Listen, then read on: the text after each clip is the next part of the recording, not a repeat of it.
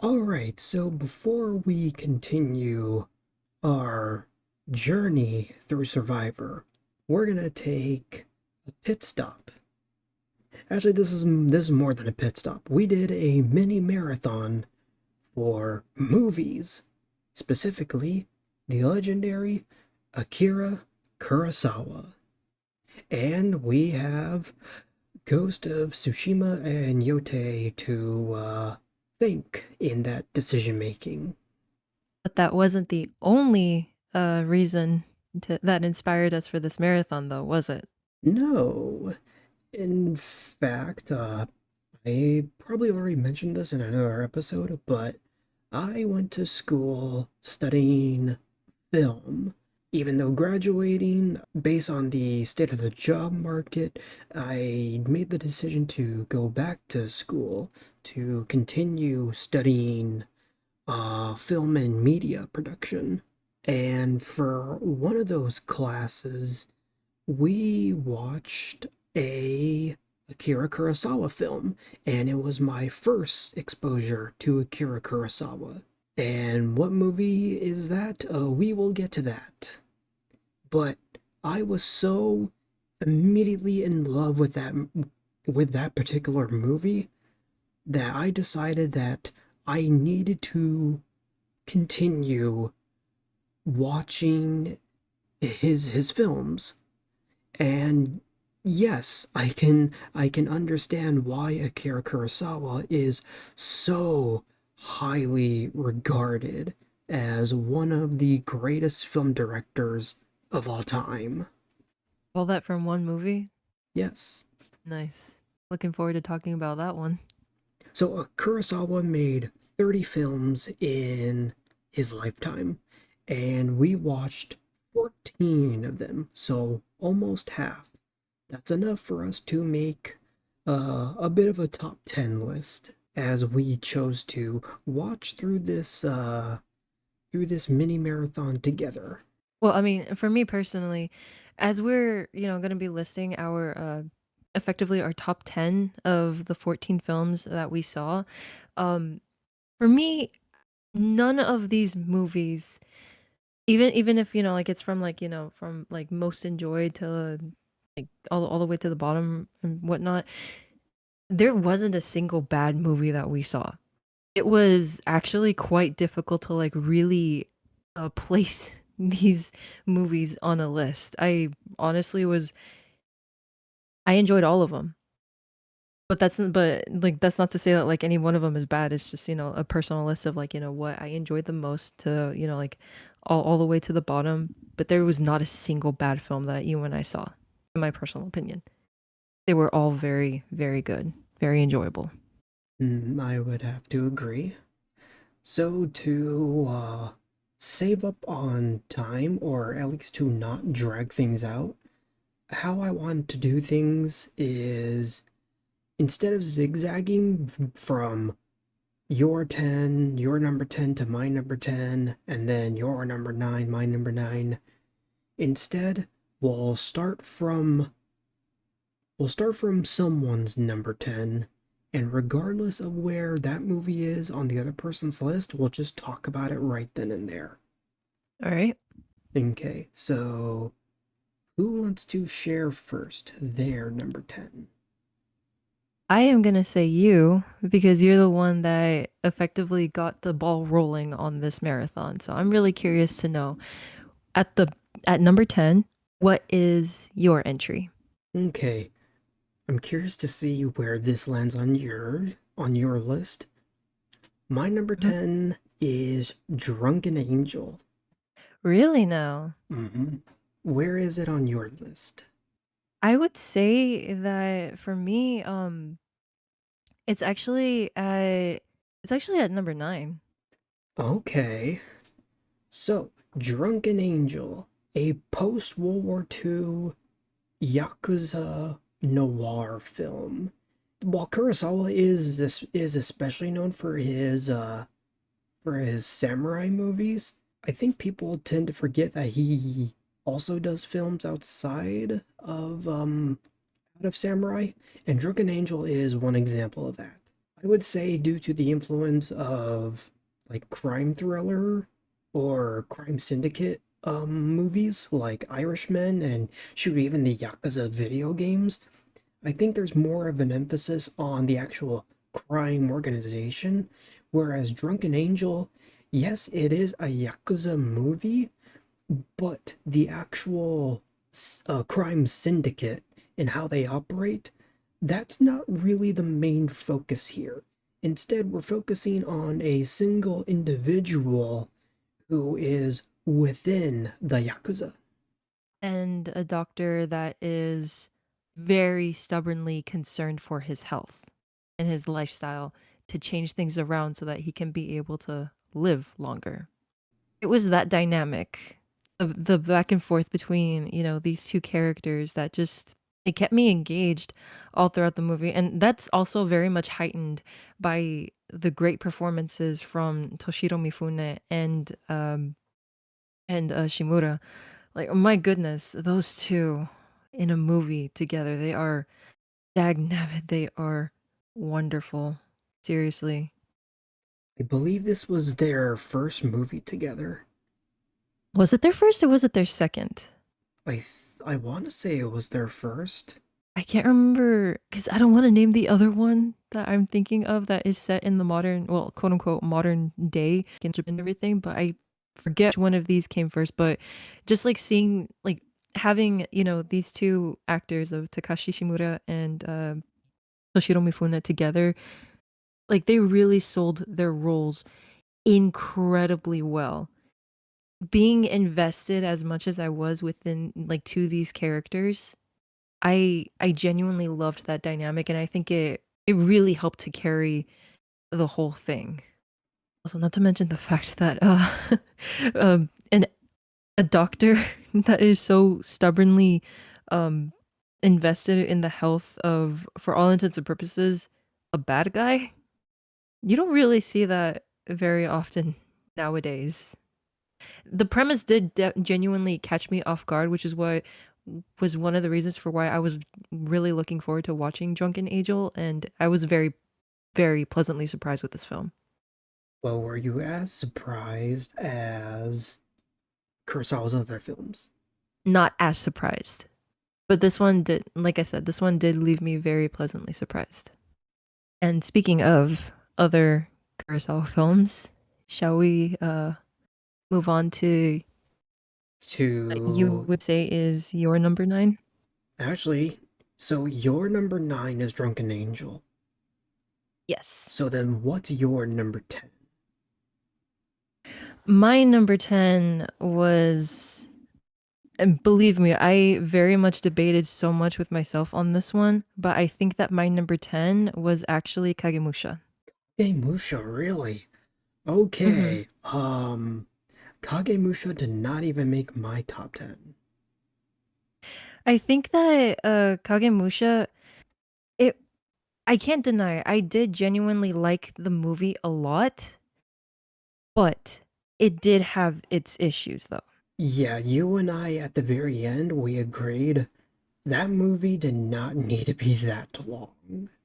Exactly. That's the thing. Like I had issues with its pacing and the overly long duration of certain scenes. Like if they were able to cut out like at minimum like a minute or something from certain sequences that went on and dragged for too long. Like if the entire experience was just a little bit tighter, the movie as a whole would have been so much better. That is my biggest gripe with Kagemusha. Otherwise, the sequences within it were pretty gripping. I do very much think that this was a great performance from gosh, I hope I'm not mispronouncing his name, but from Tatsuya Nadakai. I think that's how you pronounce his name. I believe But so. yeah, like the sets looked great. The costume design looked wonderful. And honestly, I do think that I wanted, because I was very much debating whether or not it should make it into my top 10. At the very least, I wanted it to be on there, but there was no denying I could not place it any higher than number 10. because it So, was in like a pretty significant piece of film for me. so something else to remember about Kagemusha was that this was Kurosawa's first time filming in color, and I'm not sure if he was already going blind at the time of producing Kagemusha, but despite that hurdle, I would say he does a pretty good job in utilizing color for the viewer, and I would say that it's especially noticeable in the dream sequence. Yes. Oh my god, I'm so happy that you brought that up. My goodness, it was a rainbow in that sequence. But I have to admit, that was one of the places within that movie that genuinely should have been cut down a little Mm, bit more for time. yes. It al it had already made its point that that was meant to be a nightmare sequence. It did not need to drag on for any longer just to kind of give that sense of that sense of dread, that unease that the main character was going through. At least a minute less, and it certainly would have helped benefit the movie, I'd say. And considering that Kurosawa is actually very calculating with how he makes his movies, especially with like the next movies that we're going to be talking about, I do have to wonder what was his reasoning for dragging certain scenes out. Like why was it so necessary in his mind? Like if I could ask him that question, I think that that would be at the forefront for like knowing details about Kagemusha. Well, Kagemusha is not the only 3 hour long movie that Kurosawa's made, but I would say of all of Kurosawa's 3 hour long movies, Kagemusha's overall pacing does feel like a bit of a snail at times compared to the other Yes. ones. Mhm. I do agree. Yeah, like I can't quite like, pinpoint the precise reasoning. It's like because when you're, making the list, it's a list that you feel comfortable with. And I was like I said, I was very much debating as to whether or not it would make my top 10. I felt comfortable with placing it like literally at the very bottom of the list. Okay. That's just me. So then, moving on to my number 9, I'm wondering if this one made your list at all. Uh, Let's see. my my number 9 is Stray Dog. Oh my god, you know what? Stray Dog did not make my list. It was literally at like it was between like number like 11 or 12. God, I'm pretty sure that was actually the movie that I was debating so much with between Kagemusha and Stray Dog, like okay, which one should take the other's place. But what was your reasoning for including Stray Dog onto the list? So we watched Stray Dog after Drunken Angel. So I think it's kind of funny. Mifune and Shimura, they go from these weird frenemies in Drunken Angel to an Mhm. actual what is it called? Like buddy cop duo? Correct. That is the name of the genre. Yes. I read that this movie is actually a precursor to the overall buddy cop genre, and that was one of the reasons for why I was very much looking forward to being able to watch this movie. It's like, okay, a precursor. How did they set up this premise from like all the way back in like what was it, the 1940s or something? It was either late 40s or early 50s. Gotcha. I would say like the ending message of Stray Dog is one that people outside of law enforcement don't really ever think about. I mean, for all intents and purposes, the message itself, not necessarily like heavy-handed. I mean, they basically state outright what it was that these two characters that one has experienced and the other one is going to experience the more he goes like into this particular career. But it's like it's still a speech that sticks with you because now that you've seen like, how these events transpire within the movie, you start to really bring that out to like, okay, this has to be like what pretty much every single person within law enforcement must have felt and is probably going through right now at this point. It's a very deep theme. for sure. Mm. It's a depressing one, honestly, the more you think about it. Yeah, like that, and especially as like, one of like the first few crime thrillers and buddy cop movies, like this was done incredibly well. And like you mentioned, I also very much thought that it was pretty funny going from a change in dynamic from like a bad guy and a good guy in one movie to both good guys actually working together. Rookie and experienced detective. Exactly. All right, so that is my number 9. So what is your number 8? My number 8 is Sanjuro. All right, I had a hunch, and that is one that did not make my top 10. Really now? Mm-hmm. Okay. So for me, Sanjuro, I thought that like within this duology, it was absolutely like a worthy sequel. I don't necessarily, think that, it completely beats out the original or anything. Like it was of like like the same level of quality between the first and the second. The only thing that brought I guess Sanjuro down a little bit for me was the fact that like it being a sequel, and I already have more or less a sense of like, how its first film like, got things started. I have a sense for like, how the character is and how he kind of handles himself in certain situations. Seeing how he takes, well, not necessarily takes that experience, but how like Mifune's character, the title character Sanjuro, now maneuvers himself in another, I guess you could call it a, I'm not sure if a political situation is quite the right terminology here. Would that be more or less accurate? Like what kind of is going on in that movie ish? Um, yes. Right? Yeah, okay. So like how he maneuvers himself in this political situation. Like there were so many instances within that movie that I genuinely enjoyed so much, especially like the dialogue, the mannerisms, and kind of like the goofs that happen within that movie. Um, it just kind of like, I couldn't place it any higher on my list just because it felt like, to some degree, it felt as though you're the player character.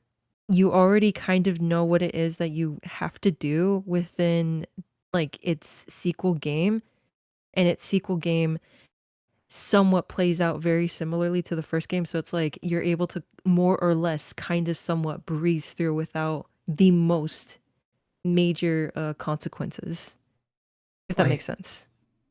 I think my issue with Sanjuro. So initially, I would say that my issue with Sanjuro is that there's probably too much comedy, but I don't think the issue is the comedy itself. I think it's the situation in which the humor is kind of coming from. Because in Sanjuro, compared to its prequel Yojimbo, for Sanjuro, I feel like the character himself is essentially just babysitting a bunch of goofballs. And we see how that kind of ruins whatever scheming Sanjuro himself has.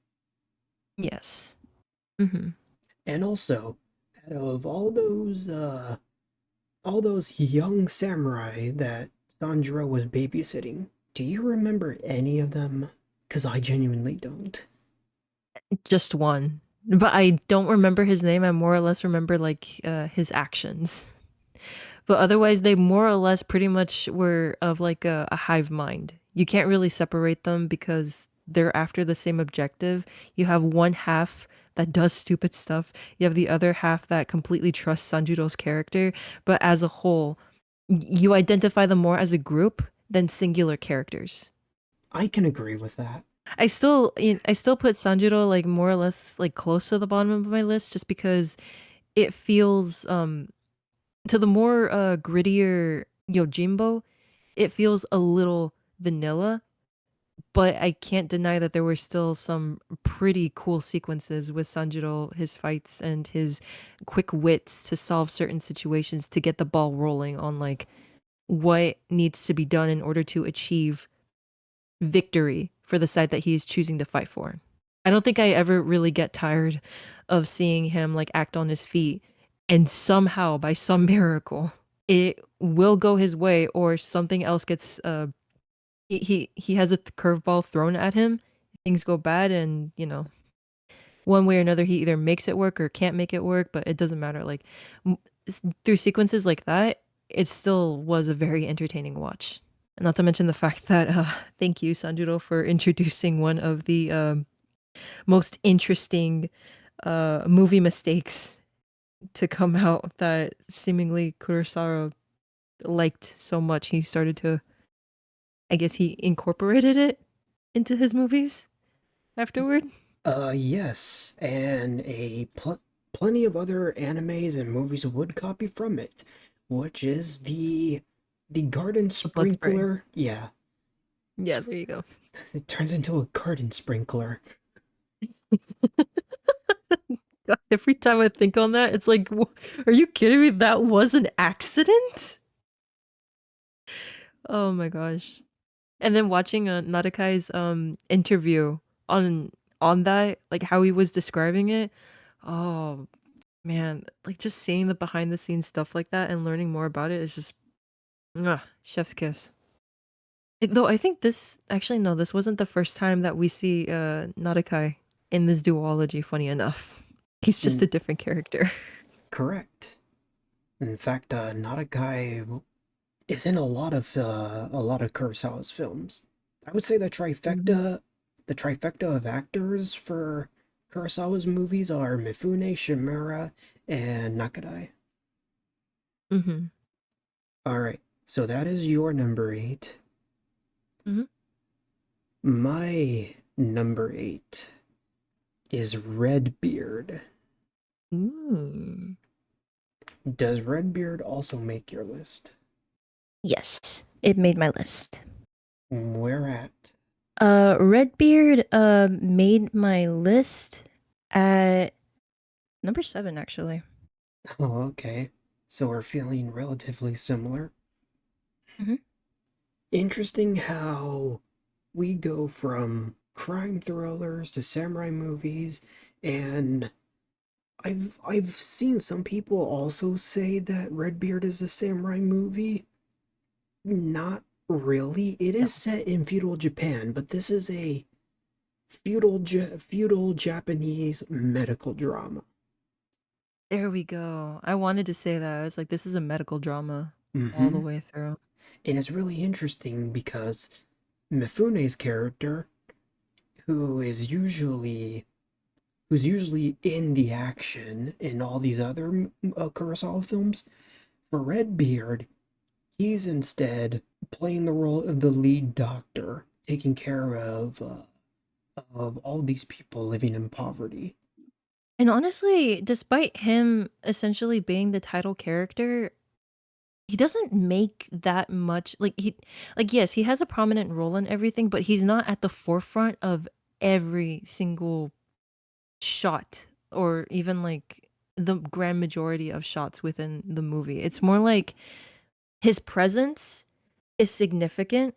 You know who he is, and despite being off screen, he is very much like one of the most central characters that like the story always comes back to because of his efforts to help his community. Despite the fact that, his job can be a pretty thankless one and it can be a very taxing one because well, nobody wants to help out a clinic that's being run for free essentially. Yeah, going through so many years of study just to serve a community where essentially your student loans are not going to be paid back. But Mifune's character also acts as the mentor for our actual main character. And shoot, I forget his name actually. But for our main Yeah, me character, too. but for our main character, he goes to medical school and he thinks he's gonna be essentially a doctor for the shogun, for the elite. However, instead he is taking care of a underserved community, and he is realizing, holy shit, these people have so many goddamn problems. He goes from, in a way, he goes from thinking that he's above them to finding the motivation to actually help them. And it's funny because there are actually times throughout that movie that even though he's clearly studied for certain situations and he clearly should know his stuff, he is very much an absolute rookie. Like his reactions to like, certain medical conditions, certain situations, like certain surgeries and such, it really like puts into perspective like yeah, like okay, he wants to go ahead and be a doctor for the most elite of elite. But how exactly was he going to accomplish that if he can't even start at the bottom and work his way towards, serving those at the top? And one of the things that I really liked about actually, you know what, his name, the main character's name, Yasumoto, he really does come off as quite the arrogant character.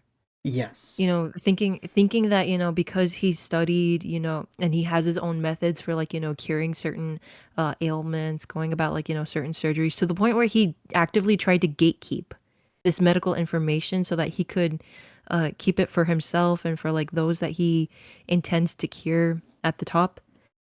It was still really nice to go on this journey of seeing him become so arrogant, so closed-minded and everything, to really understanding that there's so much more to being a doctor than essentially the pay. It's just the simple act of helping the people who's got ailments and sicknesses of all kinds that he studied for, to be able to give back to the community, to help them back up onto their feet, to find that fulfillment. That journey from start to end was such a great net positive overall from the movie. There is another there's another movie on our marathon that I really, really, really want to compare it to so much, but I will save like the details for it when we get over to that one. I'm just gonna say that like for Redbeard, that start to finish and being able to see all of like the positive but also the very depressing aspects of that journey really shine through in this film, got me invested to a point where I was like, even if it was like, a very long movie, I was like never bored with it. Not at Yes. all. So first, I think I know which movie you're talking about. And second, yeah, this is an example of a 3 hour movie that's paced and edited very well, to where those 3 hours did not feel like 3 hours. Really didn't. And I love it. I love it when movies are able to do that. To get me so invested, I completely lose track of time. Wonderful. Mm-hmm. All right, so that is your number seven, my number eight. Let's move up to my number seven. I'm curious to see if you have this one at all on your list. My number seven is Dreams. Actually, no, that did not make my list. What is your reasoning for putting Dreams on this list? So Dreams is, it is an anthology, but going into it, if I'm gonna advertise it to someone, I would say it's like a series of short films just together on one disc to bundled up into a 2 hour film. So when you have that in mind, in a way you can kind of measure out the time in how long has the film gone on. And then there is the fact that this is another colored film from Kurosawa, and yes, he absolutely took advantage of color in this movie. There's a lot of very visually stimulating imagery, we'll just put it that way. I was gonna say it's visually stunning. Yes, Like when you and I watched this movie, there were so many shots with that color that we wished we could have been able to watch it in like the highest definition possible. Okay, so let's get to that. So, did dreams not make your list because the resources we used to watch it was at a low quality? Not at all. Okay. No, I can absolutely say um there wasn't anything technical. Even if we watched a movie at like, say for example, like what is it, like 40p or something like Yeah, that, it would 480p. not have it would not have affected my viewing experience. I would have, definitely had liked if that was my first time, if that was how I viewed this movie for the first time, for sure. But it did not affect my overall placement of it on the list. I Okay. think that it was just, I think that for me, the reason why it didn't make my list was because like during some of like those shorts there were definitely certain sequences in which I kind of had an issue with some of the pacing, like maybe take like a minute or two off of certain sections, and then maybe it could have been like a tighter experience that kept me engaged instead of making me wonder, like when is something significant going to really happen or anything like that. Hmm. But not to mention the fact that what I will say I do appreciate like about Dreams is how each one of those uh short films has a message. And it has a Yes. very, very interesting way of being able to convey that message. Like the overall premise for Dreams being that these were different dreams that Kurosawa had, and being able to actually put it into film, and each of one of those films having a message to impart onto its audience was creative as heck. Oh yeah. And because they're short films, the messaging within all these mini stories, it's directly to the point. It's not wasting your time. Yes, exactly. So we know that these stories are they are directly inspired from dreams that he had throughout his, well, at what stage in his life I don't know. I would presume that it was over the course of his life, seeing how we are seeing characters who are children, who are young adults to middle-aged adults, and they're all encountering, I wouldn't say different aspects of life, but I guess maybe different stages. You have the child who is interacting with the spiritual and whimsical, and then you have the adults who are presented with more grim subject matter, like such as nuclear technology, or even the grief and regret that comes with surviving war. And then there is the one at the very, very end where he's just visiting a village and it And you have the young man that's just, asking, like, how are you guys able to sustain yourselves? Like, I do not see any technology whatsoever. And you just have, somebody explaining to him, like, how they're able to do it and the benefits as to why they don't rely on modern technology. Like, these explanations really do go a long way in showing and giving off, like that message that, there's more than you know. And it's so blunt, but I appreciate the bluntness of these dreams, for lack of a better word. Not films, dreams. I yes, appreciate it. I really do. Just out of curiosity, what was your favorite dream sequence within that movie? that's a tough one. I know, me too. I'm I'm kind of at a three-way tie between the tunnel, the the village on the river, and the red sky. Oh no, the red sky. Also, I'm not gonna give any spoilers, but that tunnel sequence was, it was a different kind of scary. I guess it was very disturbing, I suppose, but disturbing in a very sad sense. Not like horror or anything like that. Like, it's just, my goodness, it's a different way to really present some subject matter of what was it in this case, like the guilt of surviving war. Yeah. when you know the rest of your squad, your platoon, that they did not survive. Anybody gets the chance to be able to watch this, you'll know what we mean. Yeah, It's oh my goodness. yeah. I want to rewatch that one Yeah, me too. in high quality, in at least 1080p. For real. For real. Okay. So my number seven is Dreams. Your number seven is Redbeard. So let's move Hmm. on to your number six. My number 6 is Rashomon. Ooh, you and me both. Really? Rashomon at Exact same number. placement. Yep, we both have Rashomon at number six. Noise. I will say, the sad part is that I see a lot of people who speak very, very highly of Rashomon, and it's one of those things like, oh no, are we doing a disservice by putting it so low? Okay, but like going back to the disclaimer that I put, like, before we started listing our stuff, there's not a single bad movie on our list. It's just the level of enjoyment. It's just like kind of overall like how we felt about this movie in comparison to the 13 other, Kurosawa movies that we saw.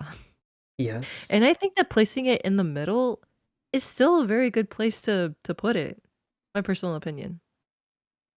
Because the other 5 films that are on the list before Rashomon, I have a very like, it's one of those situations where it's like, "Okay, do I like this film more than this? Do I like this film more than that? What did this film do better, or what did I like more about it? Did it have that much of an impact on me?" And it was incredibly tough. My top 5 was incredibly tough. But I can't deny that with Rashomon being at number 6, I do feel comfortable with it being more or less just kind of like smack dab in the middle. I can't entirely say that I feel too guilty about it. It's just it was a damn good film, but I did not want it to go any lower on the list. That's for sure. Oh no, definitely not. So Rashomon is very interesting, well, also incredibly influential in both the world of psychology and the court of law. The Rashomon effect is, well, official terminology. It literally comes from this film, this idea of you are a witness to a certain event, but because of certain biases, you perceive those events differently. Although in the case of the actual movie Rashomon, yes, the characters and their biases play a role, but I would say more accurately, it's it's probably more so their ego, Yes. because Holy crap, yes. there is so much dishonesty in the recounting of what happens, to where there's people online who are trying to figure out what actually happened. To which I say, I appreciate the commitment, but I think you're actually missing the point. The point is not to decipher who is being honest. The point is why are people willing to lie and twist the truths for some form of personal gain? Whether in this case is protecting your pride, protecting your image, wanting to play victim. Or just all in all, essentially being afraid for one's life. Yes. I mean, if that last portion, being afraid for one's life, you could definitely make the argument that that plays out for every single one of the people that were involved in the crime that happened within this movie. But it's just more so like affecting just certain core aspects of these people. And it's all like, for all intents and purposes, for every one of them, it's a pretty vain reason, honestly, for all of them. Pride, image, and I mean, yeah, it's really those two because, my goodness. And you know what? it really surprised me that that actually became a medical terminology because of this movie. And you showing me an instance, a freaking Simpsons clip referencing Yes. that. Oh my god. Oh my gosh, that joke only makes sense Wow. after you've watched the movie. Yes, it was absolutely just a beautiful joke. So something else in the world of filmmaking is you have the hero's journey or the three-act structure. And yet Rashomon is a story where that is thrown out the window. Because you're not following necessarily one person's journey. You're following you're following, yes, a single journey, but the events that are being retold are all scrambled up. To which you have to ask, who the hell is the hero in this hero's journey? Who is the protagonist? Who are we supposed to be rooting for? It's not really anyone. So the rules of storytelling within film is thrown out the window, and I would say it's done so in a good way. It's it helps Rashomon the film stand out. I really love that, like you mentioned the whole like three act structure because I was like, well, the three acts are telling it from one perspective, telling it from another perspective, telling it from another perspective, but then there's a twist. This really is like down to its fundamental, down to the core of it is a movie about perspective Yeah, or maybe some kind of internal perspective. yes, very If much. you want to go a little bit more deeper with it, then yes, it would be a lot more accurate to say internal perspective. Because I still think about that movie whenever it comes to, like certain sequences that play out very differently in these characters' minds. Um God, there's one that absolutely legit like just it was comical because when you take a look at each of these different characters, how they want to portray themselves with their ego, their image, their just overall pride on the line. There's certain things about, like the sequence of events that happen that just make you be like, "Oh my god." They really spun it around to fit them when it could have very well played like this or so on and so forth. It's just the f- the story of this movie really makes you think about human nature. Honesty, dishonesty. Is there actual good in the world when you have people Who potentially are lying? and are just acting very selfish. Yes. And it's not even just the characters with whom the story is trying to, unravel the events of this particular crime. It's also the people that are listening in on what happened to that story. And they have their own dilemmas outside of what happened on that crime. That just feed into that whole idea of like honesty, dishonesty, good, selfishness, and, all those synonyms essentially. It's a movie that really stuck with me for sure. And one hell of a wacky performance from Toshiro Mifune. Like, my god, man. This guy is a real trickster in this movie, isn't he? Yeah. This was also the kind of realization that for, or at least for me, that Mifune's characters are always loud and definitely take up the spotlight, whereas Shimura's characters are very. I'm not sure if gentle is the right word. They're subtle. They are I can there. see what you mean by that, by the gentle aspect. Like he's not, he doesn't have that spotlight. He's not like a class clown that does things to get attention or anything. Like Mifune. He's there, but his he's there, but his presence has an impact. Correct.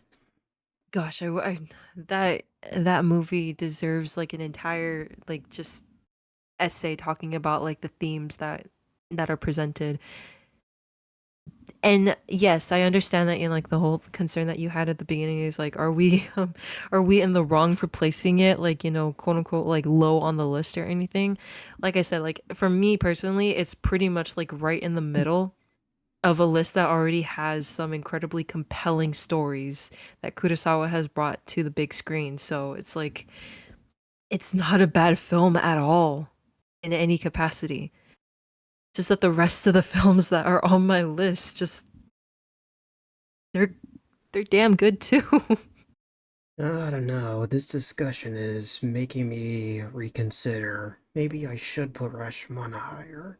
But also, I'm looking at my top five, and I'm thinking, do we have a similar top five? I don't know. Let's find I'm out. curious to see it, right? Yeah. So we both have But Rashomon. hey, but one more note, Hmm, one more note, Go because ahead. like keep in mind this is a list from our first watches alone. There's only one movie on this list that you technically watched twice. Twice. Yes. Only one. I will not say what it is. But there's only one movie you saw twice. Everything else we saw just once. So this is literally a list from our first viewing experience.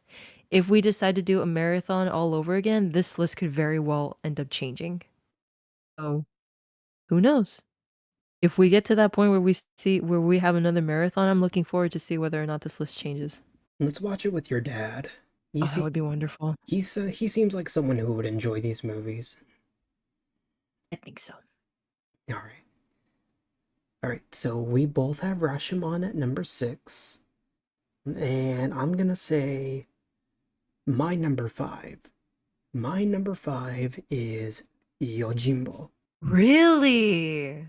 Where is Yojimbo for you? Yojimbo is actually at number one for me. Really? Yes. Really? Yes. Yes. Yojimbo is at number one for me. Ooh. Okay. Now I need to play a fun guessing game with the rest of your list. But anyways, Yojimbo. So Shall Yoj I go first with my reasoning, or would you like to actually, go ahead and say why you put it at number five? I'll let you do the honors. Okay. Yojimbo is technically the second Kurosawa film that I watched. And I think that it wasn't here's the thing, because my thoughts are a little bit scattered a bit all over the place, but I'm gonna try my best to condense it. So you have, movies like say Kagemusha, even like, Throne of Blood and all these, 3-hour movies that are adapted from like, these stories that are on a much grander scale. They have like, all of these themes that just are meant to really stick with the audience for a very long time. Like they're kind of meant to be, to some degree, sort of epics, if that makes sense. The very first Kurosawa film that I watched, to a degree, kind of fits that, but more in on the sad side. What's the terminology called? It's a tragedy, I would say. Well, actually, all of these are tragedies, but like this one, this one wasn't a tragedy. This one was not necessarily a popcorn flick either. And if it was meant to be a popcorn flick, it sets the standards for one that I don't think any film that I have seen so far that has a main character that is from language, but has a main character that is just such a badass. Take the forefront of. Okay, oh my god, I can't. Wonderful character, wonderful, wonderful, wonderful, wonderful main character. Funny as heck, sense of humor. Incredible ability to be able to think through a situation on the fly and come up with a solution that will benefit not just himself, but the parties that he's helping, and also kind of, for all intents and purposes, purposefully screw over the people that he is actively working against. And it just comes into this whole cohesive manner that is like, oh my God, I do not know what to expect. I think he's going to do this. He went in another direction and it somehow worked. Like this really did set the premise for all of the crazy BS3 that you see over in Sanjuro happen in a manner that is so realistic. You just whatever reason you just can't believe it actually works out. Not to mention the fact that there were, a great number of shots within that film that still are etched into my mind to this day. Some excellent acting, some excellent like realistic set pieces, and just the overall knowledge that Kurosawa had this, that infamous tendency to wait for specific weather conditions to achieve certain shots. It was present in here. I thought that like I was intimidated with Kurosawa when I saw the very first film that I saw. And it's that first film still sticks with me. Yojimbo kind of helped me ease into the other kinds of movies that he was capable of producing, that he has produced in his lifetime. I quickly Oh, want to piggyback off that because I do genuinely think that Yojimbo is an excellent starter if you want to get into Kurosawa movies. If you're gonna ask where to start in Kurosawa's 30 movies, I'm gonna say absolutely start with Yojimbo. yes. I think that it is probably one of the safest movies that you could possibly start with because one, I personally was never bored throughout that entire run of the movie. I was thoroughly invested from start to finish. There were some incredibly tense sequences. There were some excellent performances, excellent shots. Because I remember when I first watched this with you, you were explaining certain shots and kind of like the reason for using like these what was it, like wide shots to sort of convey, to be able to like put in all of these characters all at once on screen and still be able to capture like what was going on Yep. within the story within this one shot. This was an excellent movie to introduce me to stuff like that, and it really helped me to appreciate not just that movie but the rest of the movies in the marathon that we partook in. God, I wish I could be able to talk spoilers about Yojimbo, but I just think that overall it was one hell of an excellent movie and definitely a damn good starter for me to get into Kurosawa's films from then on out. And not to mention the fact that, like, I mean, come on, it's Sanjuro. He is the man. Yes. He is that's him. If like legit, every single time that I see Mifune in any one of the movies, even if this was a movie that came out before Yojimbo was ever conceived, it doesn't matter. I still look at him and I'm like, "Oh, hey Sanjuro." I Honest. referenced Sanjuro in my Ghost of Yote playthrough for God's sake. Well, yeah, because what's his name, Saito? Like his actual hair and beard is modeled after Sanjuro. The resemblance is right there. And out of all Mifune's characters throughout Kurosawa's filmography, Sanjuro is the standout. Well, Mifune plays a lot of loud characters. Here's Sanjuro, who is more laid back, more calculating, and yet he still finds a way to steal the spotlight. And that's in large part just by making everyone else look like an idiot. But in the most unconventional ways possible. That's the thing. Like, oh my god, there's one incredibly devious little thing that he does at pretty much the start of the movie that I'm like, oh my god. Okay, I'm just gonna you know that wide shot that I told you about where like he climbs a tower and he's overlooking two groups? Yeah, I knew you were gonna That mention it.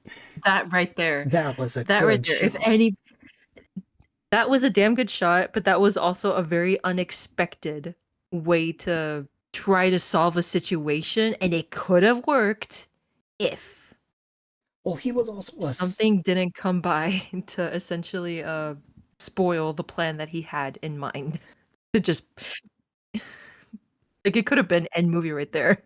he was also assessing the situation because here's these two groups who have beef with each other, and he's standing at the top of the tower just laughing. because he knows that both of these groups are all talk and no bite. Very true, but I was also thinking, oh my god, I can't wait to see the absolute chaos that I have sown right now. This is gonna be too easy. Like, that's literally the kind of laugh that he had.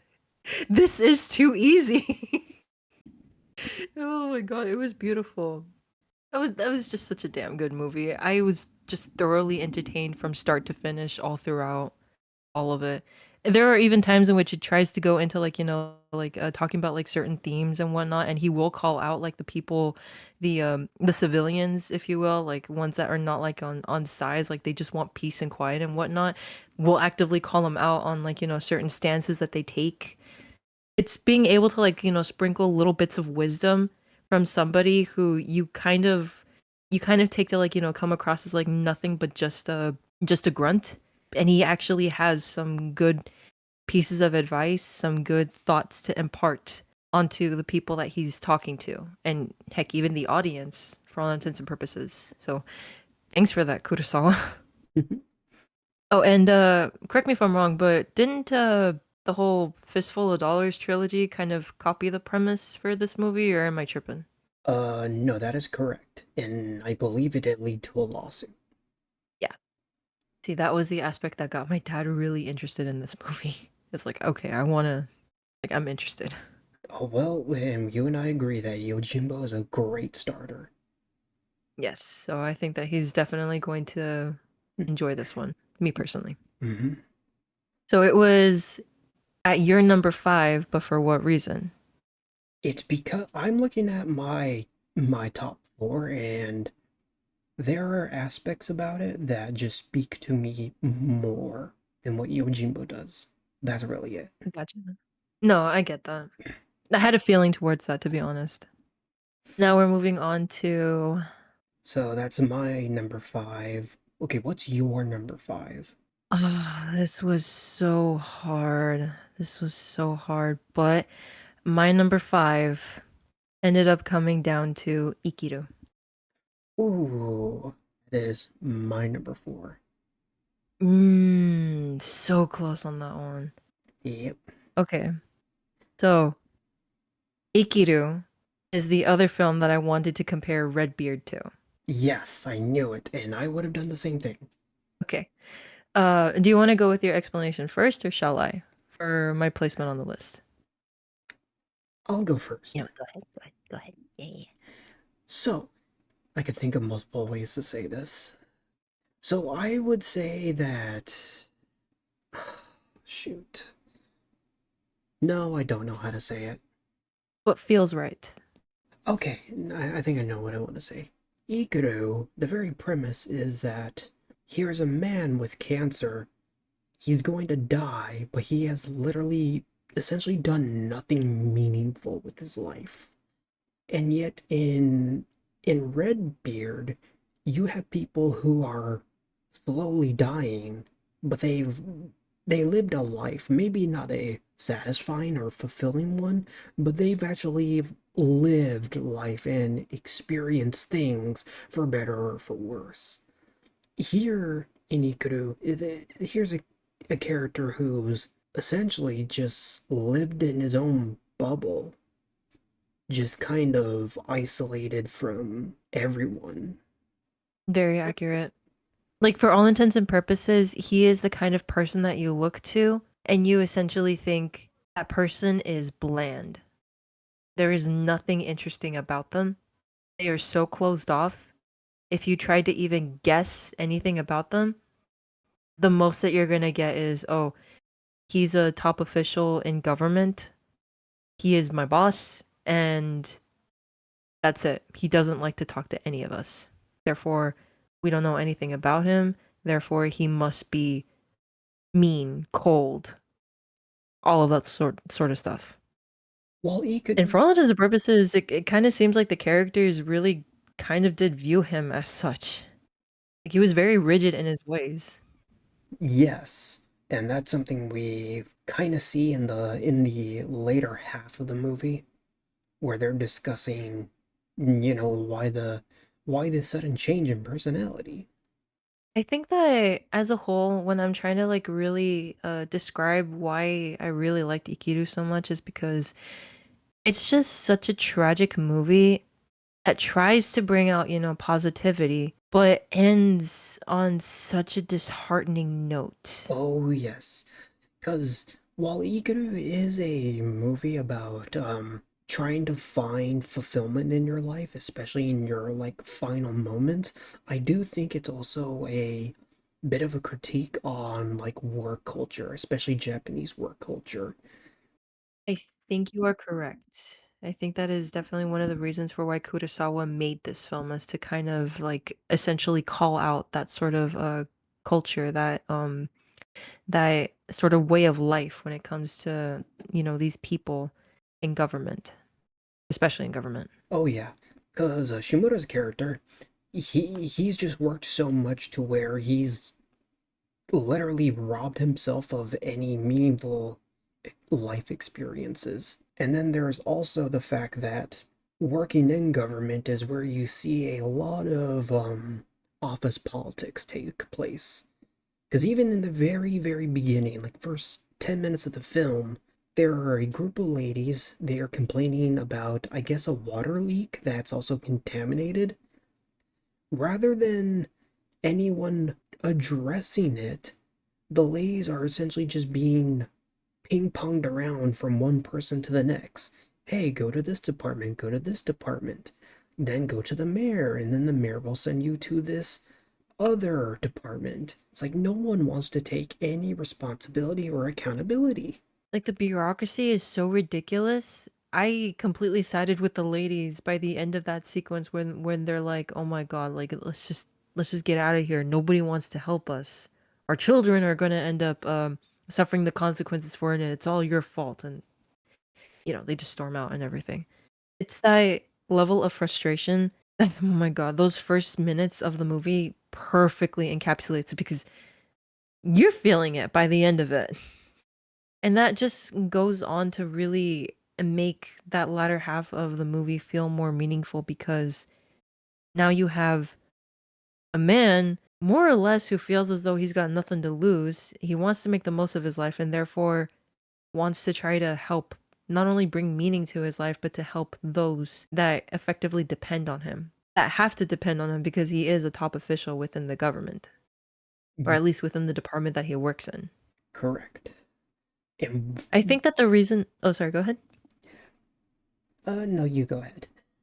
Oh, I was gonna like essentially, make the comparison over to Redbeard, is that like this with Ikiru, it is a very meaningful movie, it's a very deep movie, it's a very, for all intents and purposes, a depressing movie. That, yes, it does bring out technically some positive in the end, but that note of the, bureaucracy essentially trying to sort of like not being able to help out its constituents pretty much at all, no matter what, when you view this movie, like the end result is going to still be depressing. The reason for why I think that it is such a wonderful contrast over to Redbeard is because Redbeard tackles those same themes of a depressing journey. I mean, yeah, you have, characters within Redbeard that they don't necessarily have like, nothing to lose or anything. It's more so that they themselves come across situations, come across people that have been through some of like the worst things in their life possible, that there might even be, situations that have no happy ending. But by the end of the movie, it doesn't leave you feeling like even remotely as depressed. It's more of a net positive than what Ikiru necessarily brings about. Yeah, So it's like literally on one spectrum, you have a depressing journey that can end on a positive note, and then you have another that is kind of somewhat a depressing journey, has something of a positive note, but leaves you still feeling incredibly disheartened. Like they're literally on opposite ends of the spectrum, and that's why I appreciate and respect both of these films so freaking much. I just think that Ikiru impacted me the most is because I'm thinking about the sad aspects of that movie so much, even to this day. Like a month or month and a half after you and I viewed it. So Redbeard, well, both Ikiru and Redbeard, they're both very very sorrowful journeys, but at least Redbeard, it has a hopeful ending, whereas Ikiru, it's kind of bittersweet, maybe a bit more on the There, bitter side.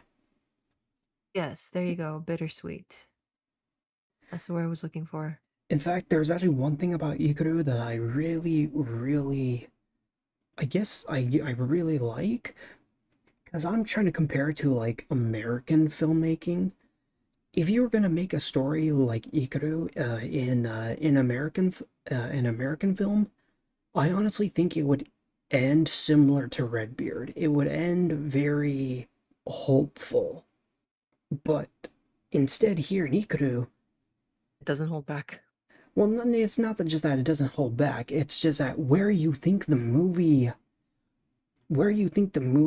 would end, no, that's the halfway point. There's still another half of the movie. This is two movies in one. For all intents and purposes, yes. Absolutely. Oh hey, we got to that part of the movie. It's ending, right? No. You still have a whole another hour.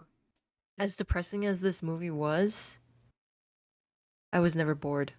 No. I was thoroughly invested in it from start to finish. It's almost like it's a difficult watch. Let's say like it's for example, say something like I almost want to compare it a little bit to Schindler's List in the sense that like it's a very compelling story. It's got some very heavy material within it, but by the end of it, it just leaves you really thinking about the overall themes, like the overall story, its characters, like just the critiques that go on within Ikiru that just it has one hell of an impact. It's very sad, but it still leaves you, really thinking about it afterwards in the bittersweet sense. And I genuinely appreciate Ikiru so much for that. I do have to admit, like, I was very much like, looking forward to being able to watch it, especially with Shimura would end up taking like the forefront of it.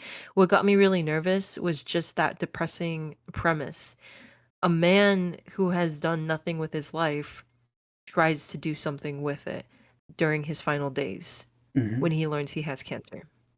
Something like that is going to be very saddening, but it was still a fulfilling experience being able to watch this movie. That's why I have it ranked in my top 5. Well, you and I both.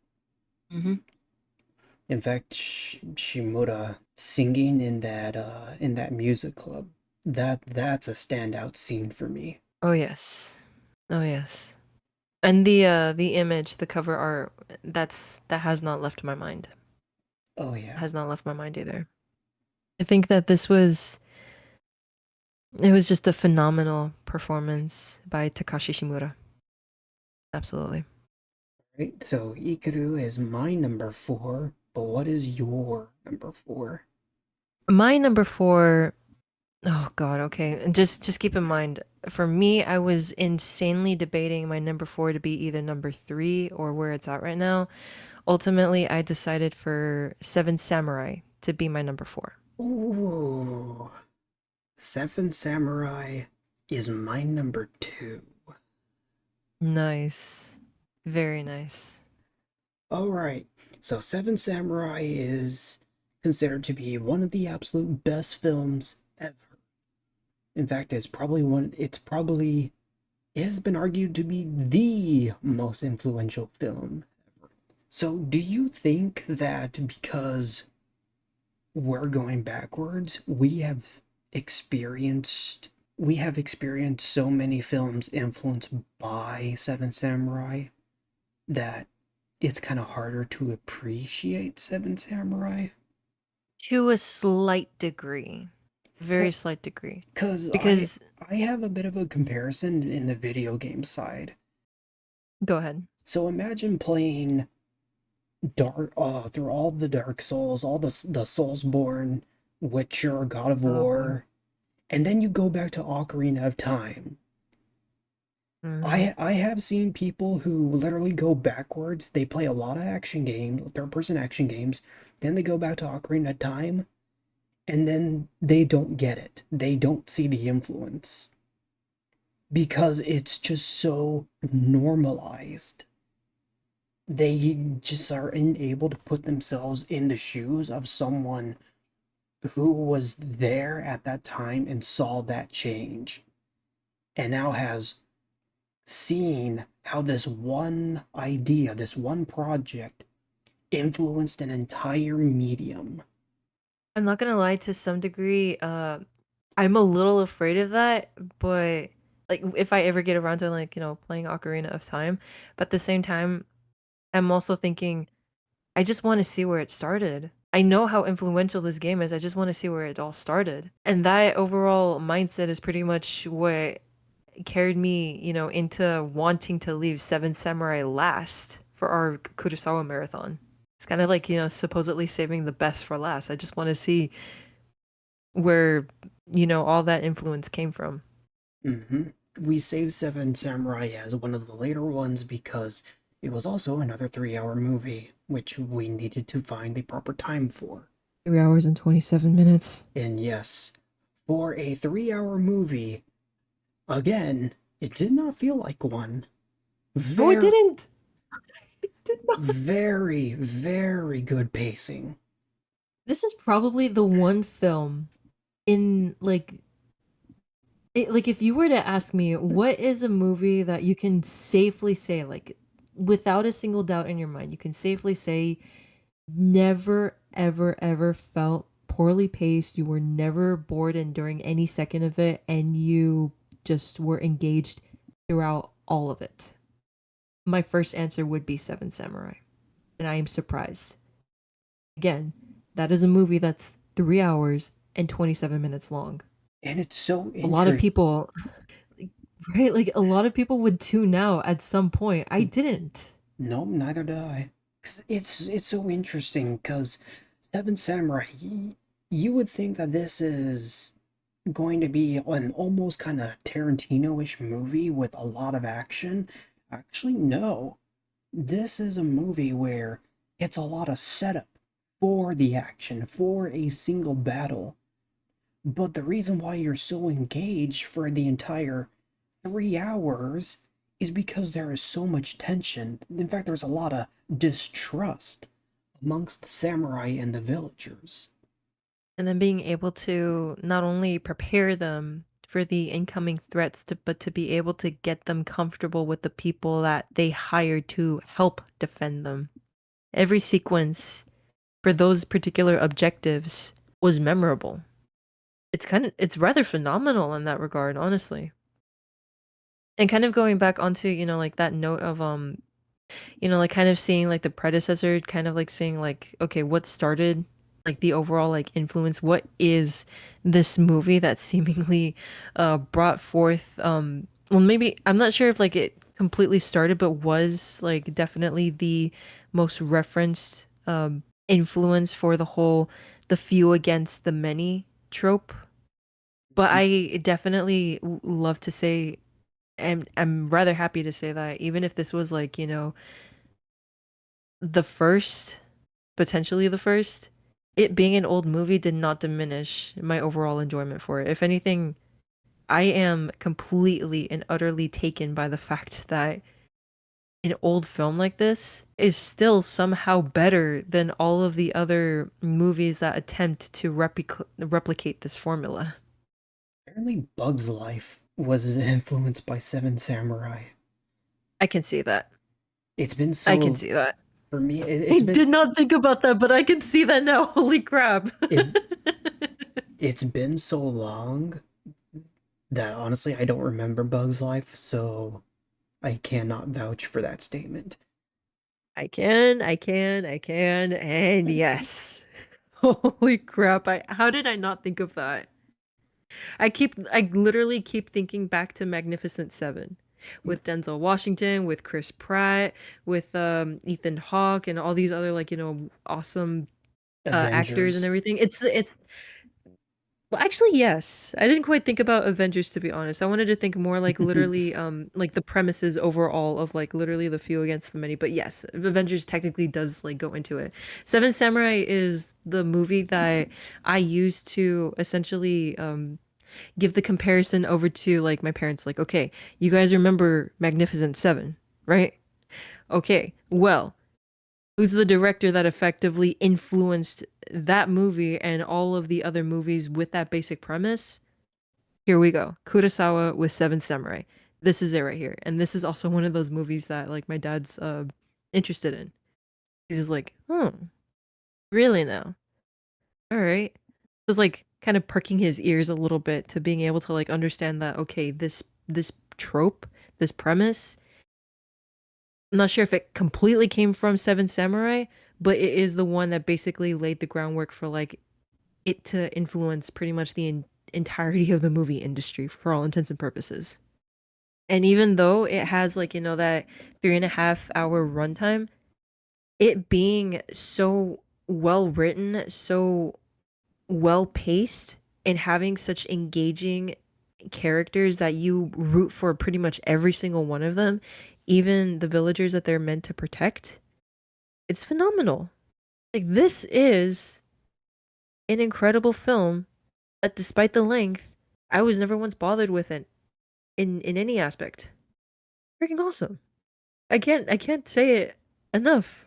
If somebody asks me, "Oh, why should I watch it?" It's a freaking awesome movie. Yeah. Like that's The, literally it in a nutshell. in fact, Seven Samurai on rare occasions it does get re-releases in theaters. I think the most recent one was specifically in New York, and they actually restored it in 4K. Now, I'm not necessarily big on 4K, but I will say, based on what footage I have seen of Seven Samurai in 4K, oh, it looks good.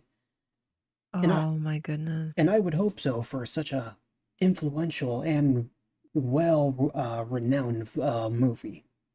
You better do justice. I'm still thinking back on that movie, and for all intents and purposes, I can't find much of any faults with it, honestly. No, neither can I. Right? It's pretty much a perfect movie, even with the 3.5 hour runtime.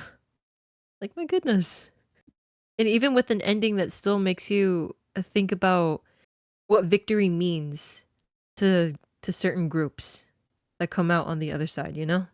Oh Like yeah. what does victory mean to this group of people versus this group of people?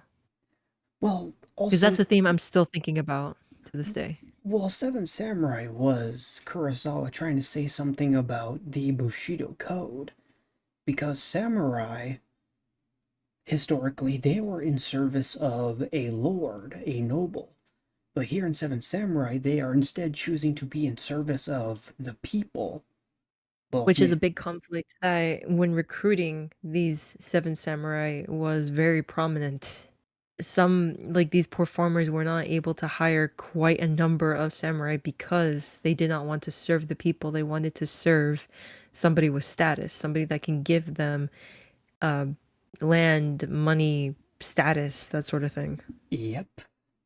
And that was definitely a theme to that movie that like was for all intents and purposes pretty heartbreaking, but like, let the let the rest of the movie play out, just kind of, see what happened cuz it's like I said, it's a freaking awesome film. And yet, once again, another movie with Shimura and Mifune in it and a surprise appearance for a background person from Narakai. Yeah, he was an extra who appeared in like what, the first 15 minutes of the movie? I did not recognize him until you pointed him out. That was I awesome. I only found that out because I watched an interview with Nakadai. That's so cool. But God, may he he wouldn't get his I guess his notoriety or like proper debut in a Kurosawa film was Yojimbo. a nice.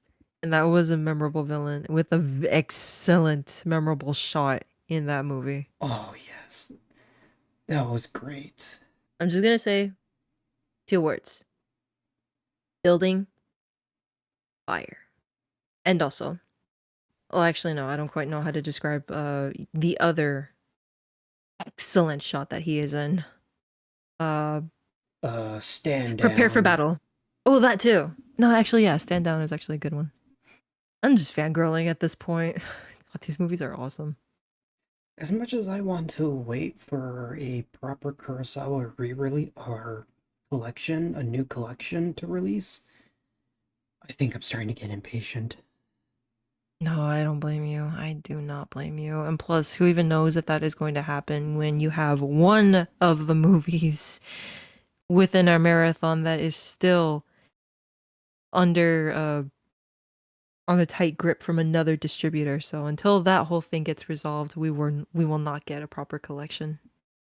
Well, actually, I can expand on that a little bit as we move on to number three. My number three was my number one for quite a long time. My number three is Ron.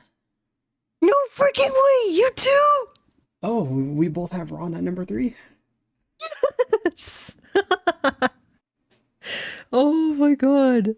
Okay, so quickly, I want to expand on the Ron situation. So, well, actually, to backtrack a bit further. So, Mhm. ever since we started our Kurosawa mini marathon, you and I have also dove into the rabbit hole that is the Criterion Collection, and Yeah. how essentially this is kind of the Hall of Fames for movies. How do you know you are about to watch a good movie? Well, if it's in the Criterion Collection, then it must be of very high quality. And it just so happens that Kurosawa, pretty much all of his movies are in the Criterion Collection. However, Hmm. as of this recording, um, Ron is currently out of print on the Criterion website. In fact, the last time Ron was available through the Criterion Collection, it was specifically on DVD, not even Blu-ray. And the Kurosawa collection in the Criterion Collection is also out of print. Again, that was last available specifically in DVD, so not Blu-ray. So I did some digging. It turns out Ron, as of right now, is under distribution from another company. I think it's Studio Canal, who, as of right now, they are re-releasing Ron in select theaters in 4K. Again, I don't necessarily get all the hype around 4K, but I will say that based on what little I have seen, it does look pretty good because this is another film, a colored film from Kurosawa. I believe it was his second. And yes, the colored the colors in 4K, they pop out a bit more than when I saw it in 1080p on Blu-ray in film class. But yeah, Ron being held up by another distributor, that's the reason why where we may not see a Kurosawa collection from a single distributor for a while. Ah, that breaks my heart. At least Studio Canal seems to be doing justice for Ron. By re-releasing it in theaters under 4K. Yes, and it does seem to be very good in 4K because there are some 4K movies like Terminator 2 where it is very lazily done. Oh no, I don't remember if you told me about that, but now that breaks my heart. Yes, so the Terminator 2 footage that I saw in 4K, they essentially remove all the film grain. So yes, the characters on screen look quote unquote better. They look a bit more modern, but by removing the film grain, they almost look waxy. They almost look like clay models. like very well produced clay models, but not necessarily like people. Jeez. But anyways, Ron.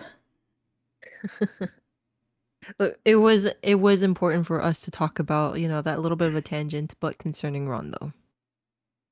Because this is the movie that started us on our marathon. Yes, I watched this in class, in a film and media class.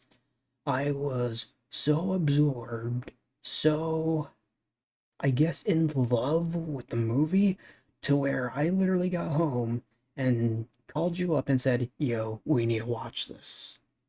And I watched it for a second time. Mm-hmm. And you enjoyed it. And I Oh, enjoyed it. yes. I will say, this is probably this as well as Nadakai's role in Yojimbo are tied for being the one that I recognize the most for like his role so far that we've seen of these Kurosawa films. Me too. Him as Ichimonji. Oh my god. And props to the makeup team because Nakarai was actually not that old when he was doing his role as Ichimonji. Like a completely different person. Yep. And it wasn't until you pointed it out, like, oh, that's actually him. I'm like, no, no, no, no. That's not him. That can't be him. Yes, it's him. What the heck? I look at the credits and I'm like, holy crap, that's him. Wow.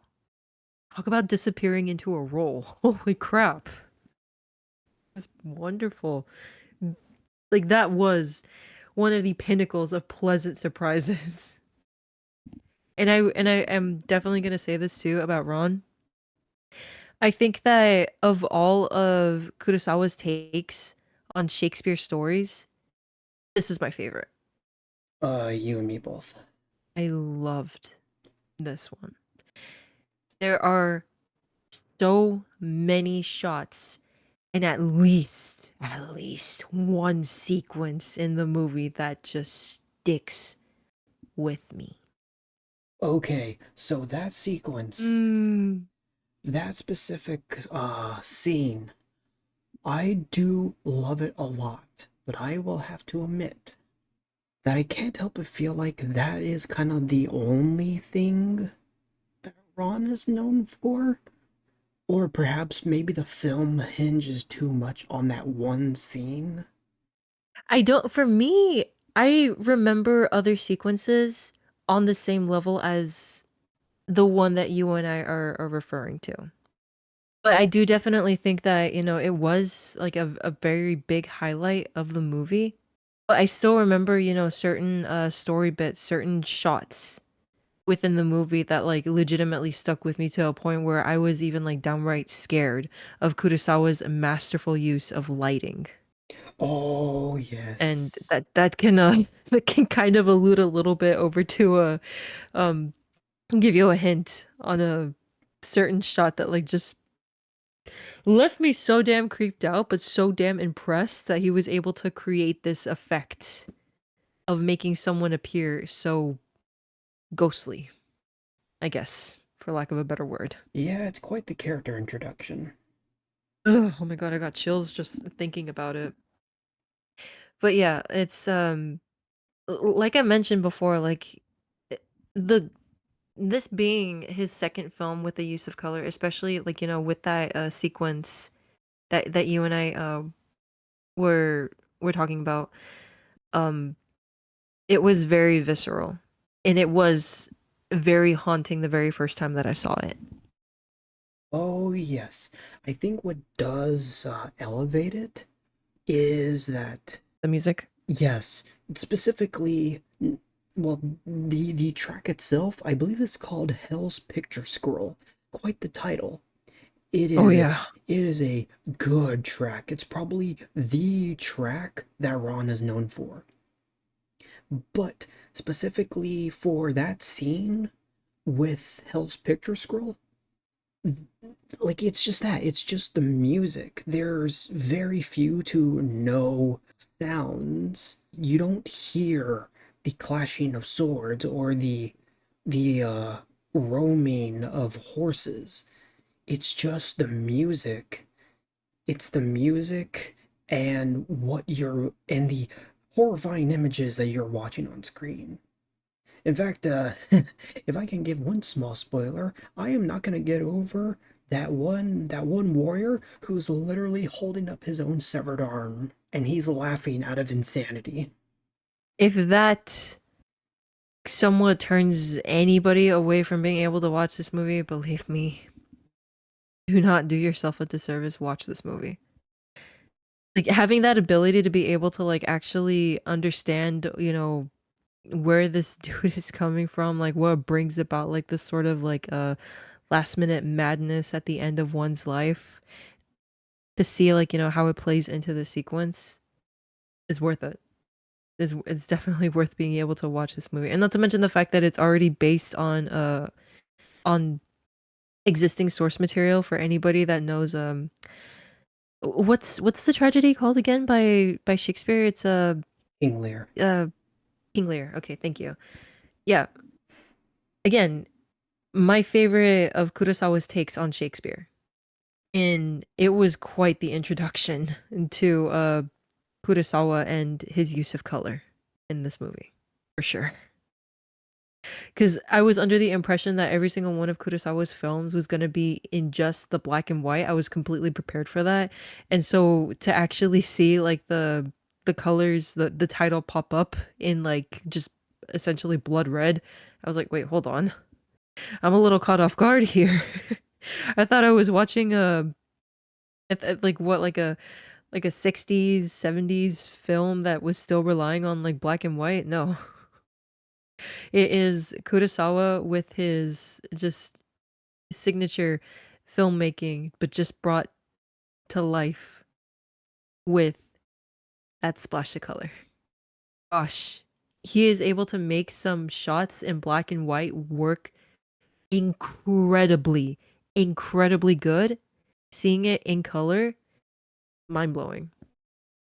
Gosh, now I want to talk about like the next films, because speaking of shots in Yeah. black and white that are incredible, there's Well, still some films left to talk about that have that as well.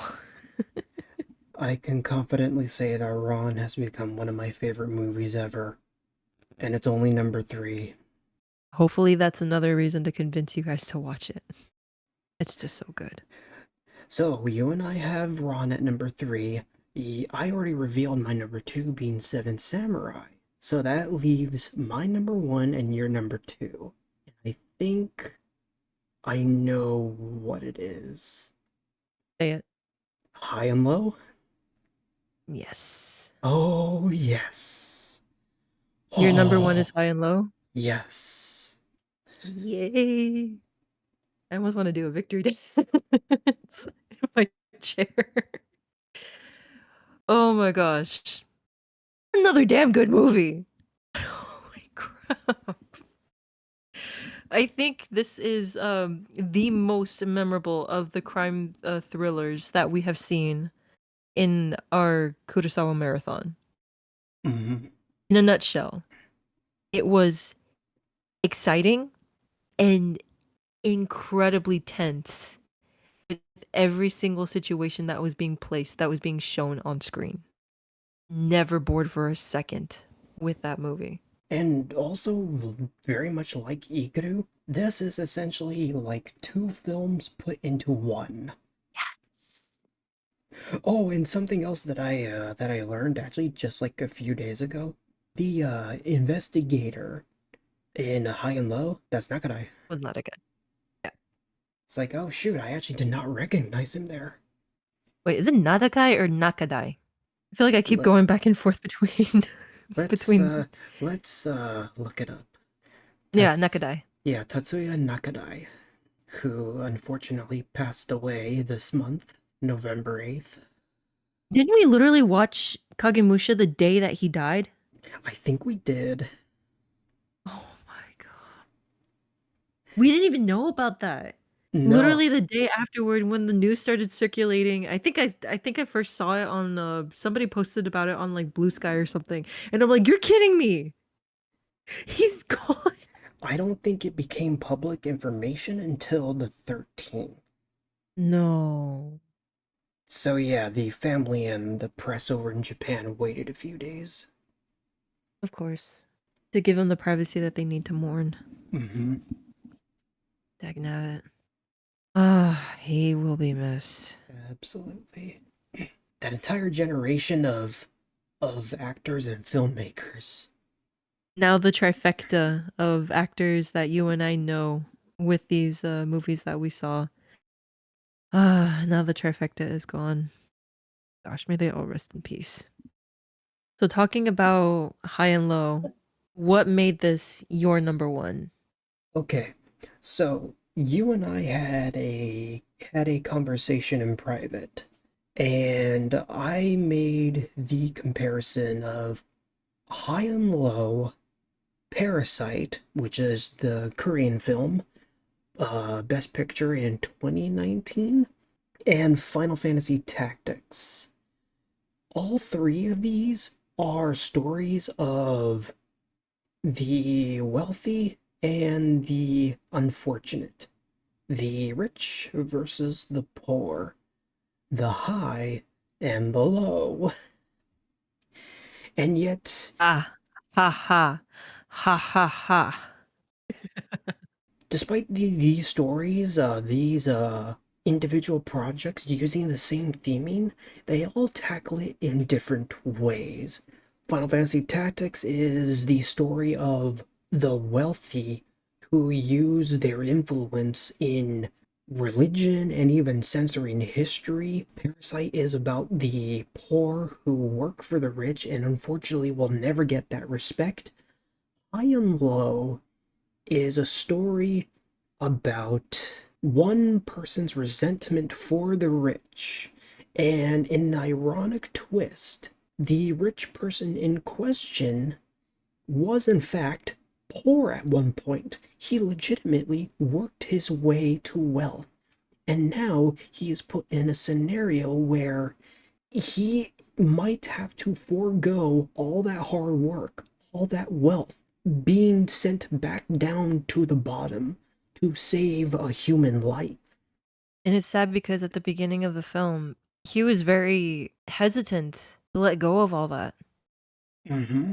And I think that also kind of like, well, actually no, that does lean into what you said about like how this film essentially feels like, two movies in one, is because at the beginning when it is introducing the whole conflict of, somebody getting kidnapped and the main character, Gondel, I believe his name was, Mm-hmm. having the ability to go ahead, pay the ransom, but now the whole point of that first half is it's not just determining, who this person could possibly be, or, who are some people that could benefit from completely destroying Gondo's character.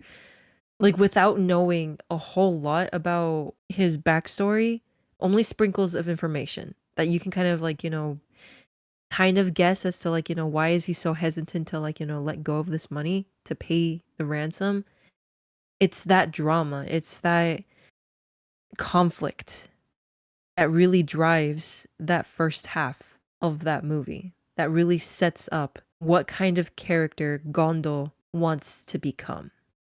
Does he take the selfish route and be like, this is, effectively my money, like why should I give it up? Or I have the ability to save somebody's life with it. Yeah, because for like the first like half hour of the movie, it is quickly established that Gondo is wealthy. But it's not until he gets into a bit of an argument with his wife where you learn that he was not born wealthy, where he just straight up tells his wife, You don't know what it's like being down at the bottom." Yeah, definitely. And that was one window into his character, and that I kind of want to say that it wasn't until like the literal end sequence of the movie where you actually learn kind of like the full scope of who he is. and how the villain of the story just went after the wrong person. The ending is something to note because, strangely, the ending is kind of anticlimactic, but I would say it's done so in a good way. Like, oh, it ends like that. Well, shit. You thought it would keep going, and frankly, I think in American movie making, shoot, maybe even in literature, nah, that final sequence would have continued going, but nope, not here in the Kurosawa movie. It ends like that, and it stands out. It does. Absolutely. That's actually because there's a lot of sequences within this movie that are very memorable, but I do remember the day after you and I watched High and Low, I was doing like I remember I was doing like just some, at home exercises, and for whatever reason, I wanted to see if whether or not the ending sequence, somebody may or may not have posted it onto YouTube. I couldn't find it anywhere. I literally had to try to find some way to watch it again. I rewatched it, and it was haunting. The speech, the realization of one's actions, knowing the now like the consequences of what's going to happen to them because of said actions, and it culminating in I wish I could spoil this one detail. I really wish I could, but it's just let's just say that in very broad terms, it's a sound that stuck with me for so long. It was the epitome of leaving my mouth open in shock. I don't know why I was so drawn to wanting to watch that ending sequence, but it's one of the most perfect ways to really hammer home consequences. Insert John Wick voice in here. Consequences. We've already talked about Kurosawa's camera work, and well, camera work is still good here. But between my many filmography classes and even just film related videos I watch on YouTube, nobody, or I wouldn't say nobody, not as many people are talking about blocking. And I do think High and Low is the best blocking from Kurosawa. For those who don't know, blocking is it is sure I could think of like three different definitions for it. It's where characters or the actors are on within the camera frame, where they are on screen, and sometimes it can even be about the empty space between those characters. And there's a great example in the first half of the movie, probably around the 30-minute mark, where this camera is centered on Mifune's character. And this is a long take, so there was no jump cuts, and all the actors memorized their lines, so it's even more impressive. So it starts off with the camera centered on Gondo, Mifune's character, and at some point, he walks towards, I think, the right side of the camera frame to sit down. So he's in the background, and without even knowing it, your eyes naturally just shift over to the investigator who was now standing, speaking, and now he's moving towards the center of the camera frame. It is so natural how characters just move. They essentially know where to stand, where to sit, where to be within the camera frame, and your eyes just naturally follow it. And chances are you don't even know it. I do want to say it wasn't until you pointed it out that I was like, huh, actually, I see what you mean. Because the only other instance in which I can think of something kind of somewhat similar happening like that is in the most recent, one of the recent movies that came out in like, what was it? 19. I think it was like 1917, I believe. Oh, is that the World War One film? And uh, it had the illusion of being filmed all in one take. Yes, that Yeah, one. that and I believe Birdman also had the same film style where it's all in the illusion. Oh, it's all one camera take.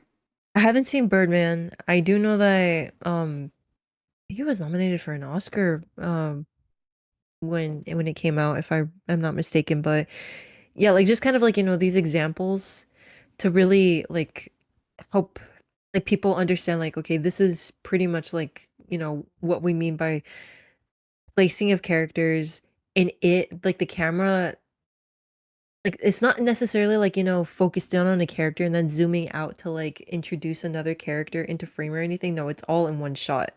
Yes. That's the thing that is incredible.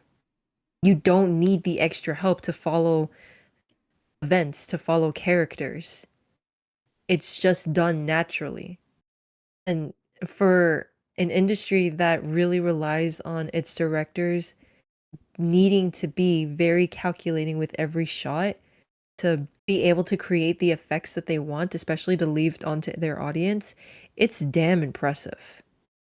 And I'm really like, because once again, this was one of those movies where you were helping me to introduce, or to helping to introduce me to certain terminology in film and media. You using this particular shot for blocking to explain it to me was pretty mind blowing, actually, and I appreciate that. And yet, I would say my favorite instance of blocking in High and Low is actually towards the end. It's the hand in the back alley. Oh my god, I had a feeling.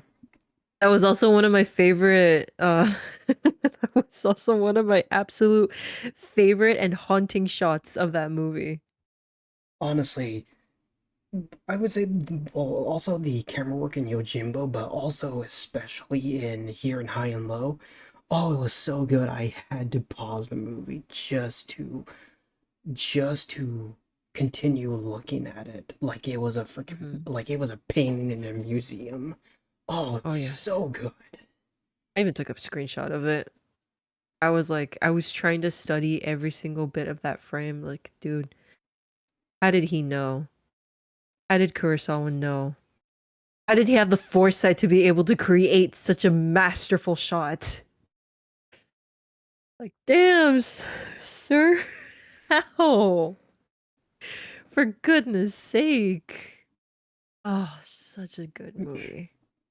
And this was a very lengthy way of saying, please go watch Akira Kurosawa's many, many incredible films.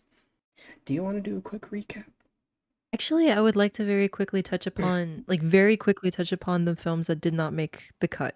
Actually, yes, because we watched 14 of them. Looking at both of our lists, we both do not have Throne of Blood and Hidden Fortress. Correct. And this is the interesting because I'll start with Hidden Fortress.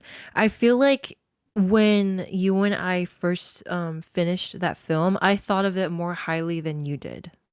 Actually, no, I definitely thought of it more highly than you did. You thought, if to kind of summarize it, it was serviceable. It was okay. It was entertaining.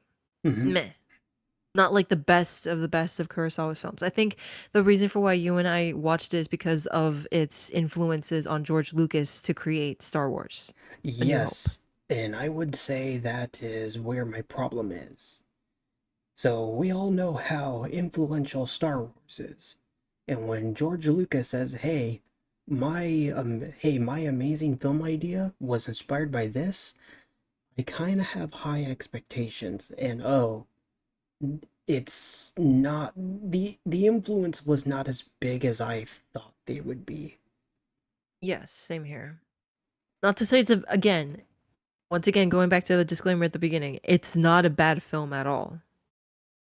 It just did not live up to. It's one of those movies that I guess just knowing the fact that it has an influence on George Lucas to create. At the very least, like one particular dynamic of Star Wars: A New Hope, uh, it didn't really live up to kind of somewhat a little bit of that, not necessarily hype, but the expectation Hmm. that it was going to be really big. And once again, because I thought that it was going to be in my top 10. But then after kind of wrestling with myself on like, the movies that I really did want to, keep in my top 10, um, I was like, you know what? I don't mean any disrespect to Hidden Fortress because I did like the movie, but it wasn't top 10 for me in the end, surprisingly. And I think that's pretty much like kind of the sum of it. It was just serviceable. Hmm. It was cool. Then there was Throne of Blood. Okay, I have a bit of a confession to make with this one. You were bored. Well, I was gonna lean into that, but yes, it's at the it's like if I were to make a top 14, Throne of Blood would be on the bottom of my list. For me, Throne of Blood was actually probably its most engaging with the evil spirits. Yes, Because without them, mm, nothing happened. It was just a bunch of character dialogue. well, I wouldn't say that nothing happened. Okay, sure, fine, and but I'm just kind of like saying that to emphasize that like that not there wasn't really a whole lot going on screen besides wrestling with one's conscience, I guess. Yeah, I feel like this is this kind of a story you can remove the evil spirits in the forest and not a whole lot changes. That too. The most interesting part of the movie was the end. That was literally like the most engaging of it, but otherwise the sequences that had the evil spirits was the ones that I'm like, what on earth is going on? I'm really trying my best to follow along with the subtitles to really process what it is that's going on in this dialogue. But other than those two aspects, nah. This is Macbeth, right? This is another one of Kurosawa's takes on yes. I think of the ones that we have watched, this was probably the weakest, in my opinion. Once again, like I said, bit of a confession, but it is technically like at the bottom of my list. I thought I was kind of like, in the wrong for thinking that, but the more I think about it, yeah, I was not comfortable with the idea of placing it on my top 10. I almost want to rewatch it just to give it a second chance. It's like, Yeah, same here. am I being too harsh? No, me too. Definitely me too. To a degree, I was also wanting to do that for Dreams and even Hidden Fortress. Um I'm not going to say the same thing for Stray Dog just because Stray Dog I do genuinely really love that movie. I would place like I said, it was between Kagemusha and Stray Dog fighting for that number 10 spot. I just wanted to like I just thought that Kagemusha it being it was a good film. I just think that what really held it back was just the overall the pacing and the overly long duration of certain scenes. And if they had cut it to be just a little bit of a tighter experience, the whole thing would have been leagues better. I'm looking at you, ending battle shots. So, whereas you and I both have similar opinions for Throne of Blood and Hidden Fortress, my list does not have Kagemusha or Sanjuro, but your list does not have Stray Dog or Dreams. Yes. And I think this is where if I were to at the very least rewatch those movies, I wonder if it would knock at the very least Kagemusha down. Maybe even Sanjuro. But who knows? Like cuz like I mentioned, this is a list based off of first viewing experience. Mm-hmm. If we were to do another marathon of these exact movies and if I were to do this list all over again, It's possible that, maybe some make it onto the list and some get taken off, or just the placements get different. But yeah, right now, this is for first viewing experience, this is our list.